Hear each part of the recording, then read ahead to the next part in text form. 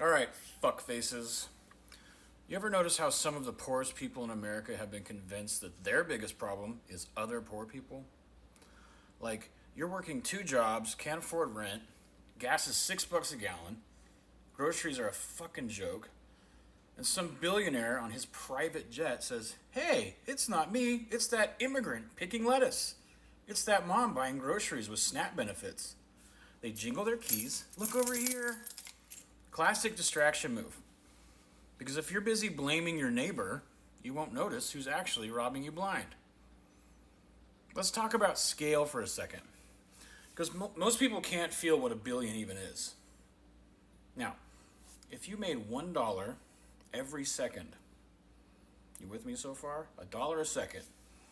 You'd be a millionaire in 11 days.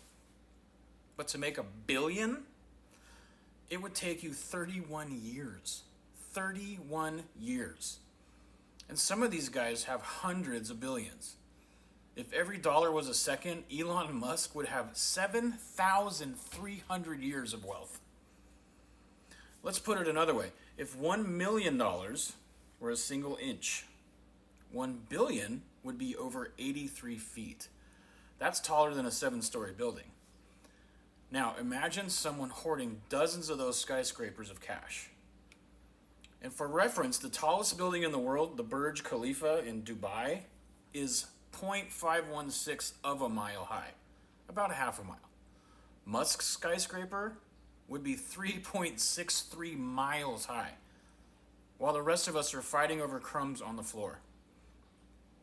And those skyscrapers, they've got more names on them than just Elon Musk. Donald Trump, Peter Thiel, J.D. Vance, just to name a few. Trump, the man of the people, slashed taxes for billionaires and deregulated industries so his buddies could rake in more while workers lost protections.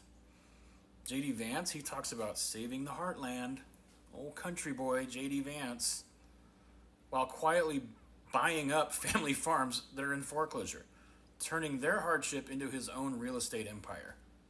This is happening. You can fucking look it up. Peter Thiel funds political chaos and culture wars so no one notices his companies paying zero in taxes. Again, look it up. And while they distract us with fear of immigrants and outrage over welfare, they're hiking prices, suppressing wages, and calling it the free market. Meanwhile, the richest 1% of Americans own more wealth than the entire bottom 90% combined. The top 0.01%, about 12,000 people, have more money than half the country combined. That's not success. That's theft wearing a suit and a tie that's way too long.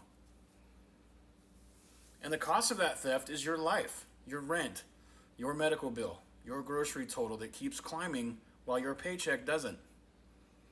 Every dollar sucked upward into a billionaire's portfolio is a dollar that's not circulating in your town. It's not paying teachers, it's not funding hospitals, and it's not keeping small businesses alive. The truth is, their greed isn't abstract, it's your reality. And the tragedy? They've convinced us to hate each other for it. So next time someone says the problem is immigrants or people just need to get off their welfare, ask yourself, who benefits from me believing that?